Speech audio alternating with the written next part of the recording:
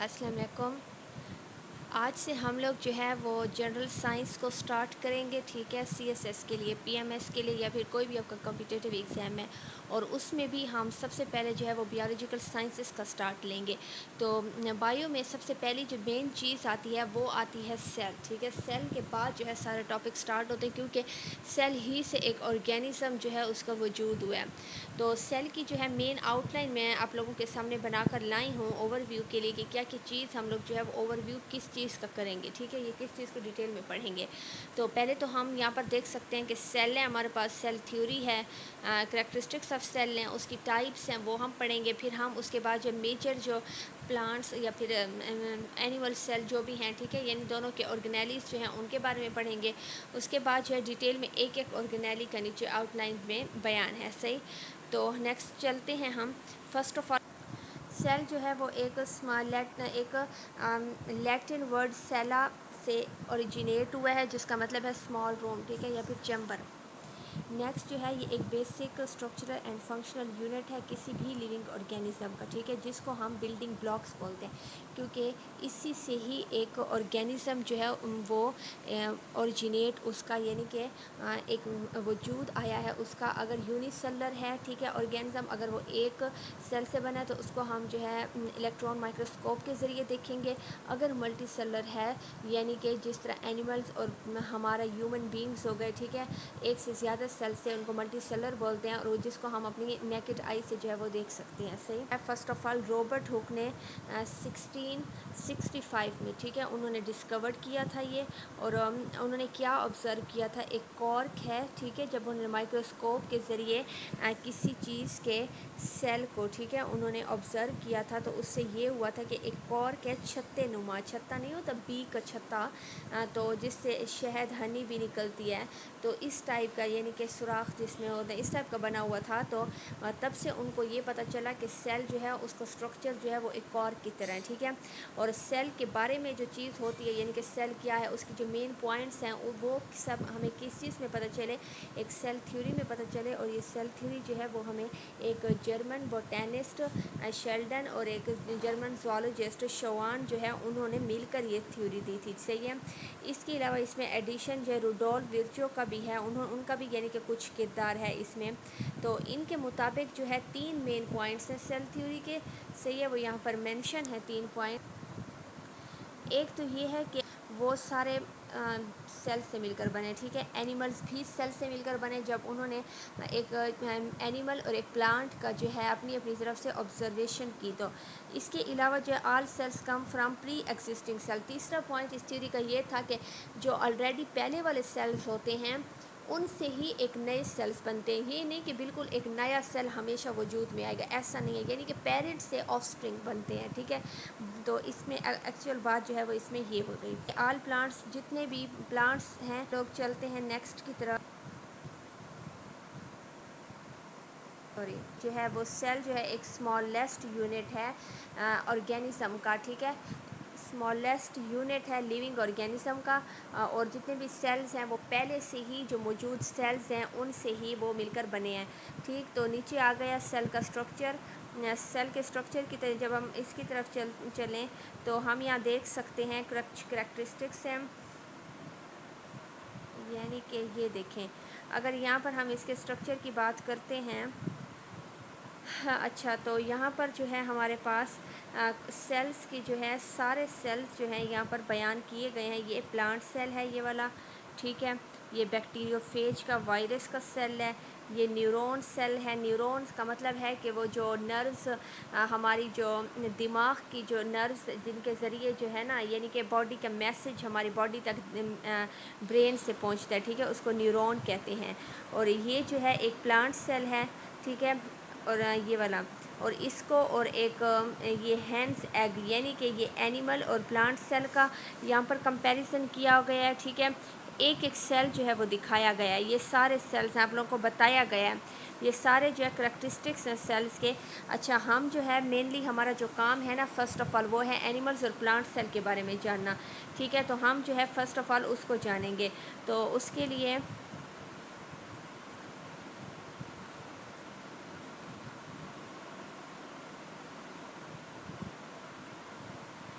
तो उसके लिए जो है हम ये है जो सेल जो है मेनली, इसके अलावा जो है प्लांट्स और एनिमल सेल्स का जैसे मैंने बताया, तो सबसे पहले जो है हम उनकी तरफ जाएंगे। हमारे पास आ जाते हैं, ये देखें, ये है एनिमल्स और प्लांट सेल।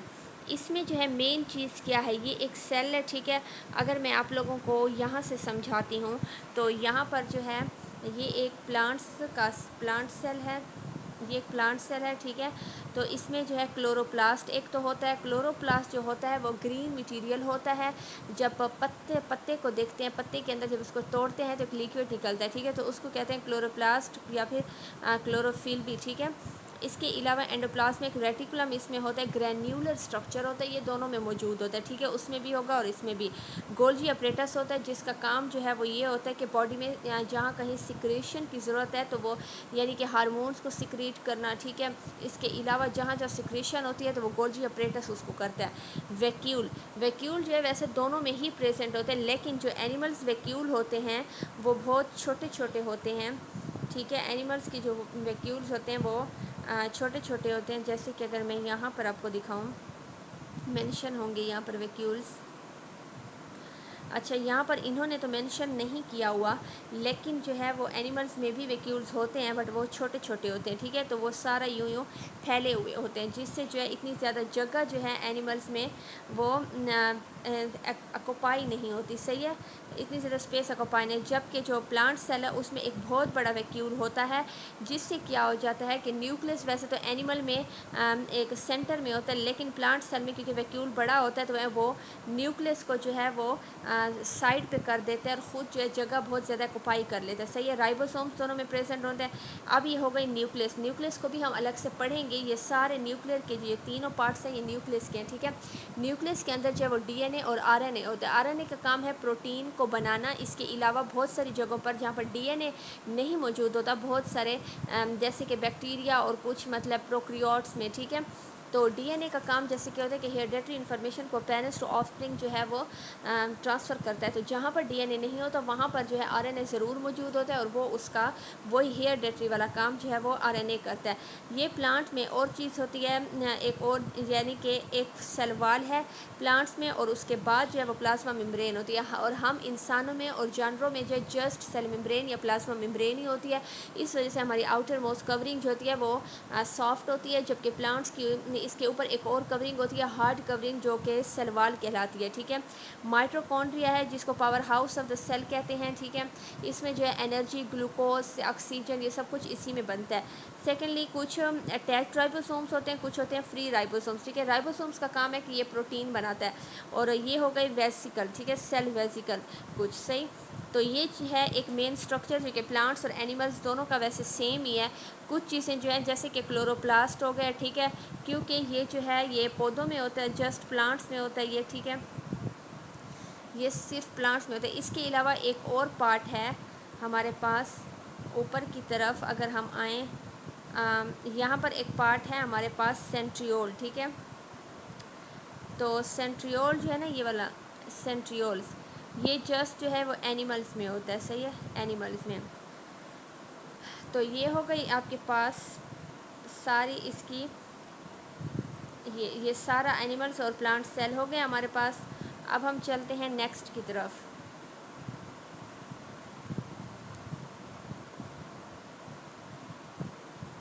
नेक्स्ट में जो है वो अब जो है हमारे पास करैक्टरिस्टिक्स ऑफ सेल।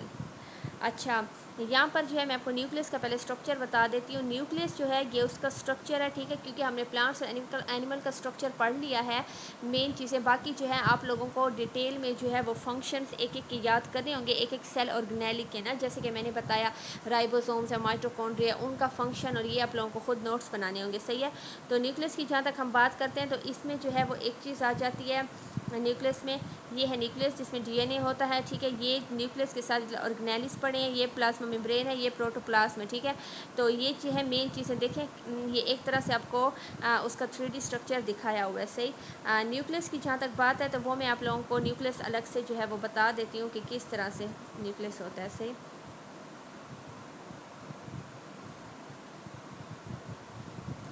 ये हो गया न्यूक्लियस।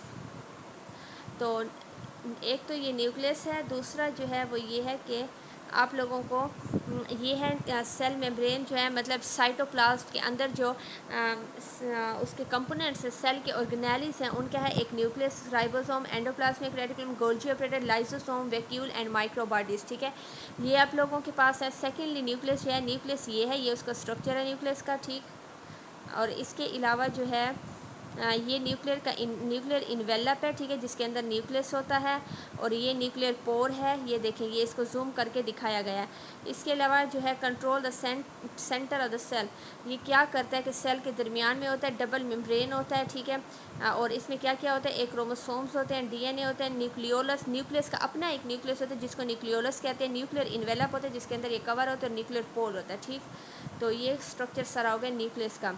तो अब तक के लिए जो है ये इतना काफ़ी है, और इंशाल्लाह नेक्स्ट उसमें हम इसको थोड़ा सा मज़ीद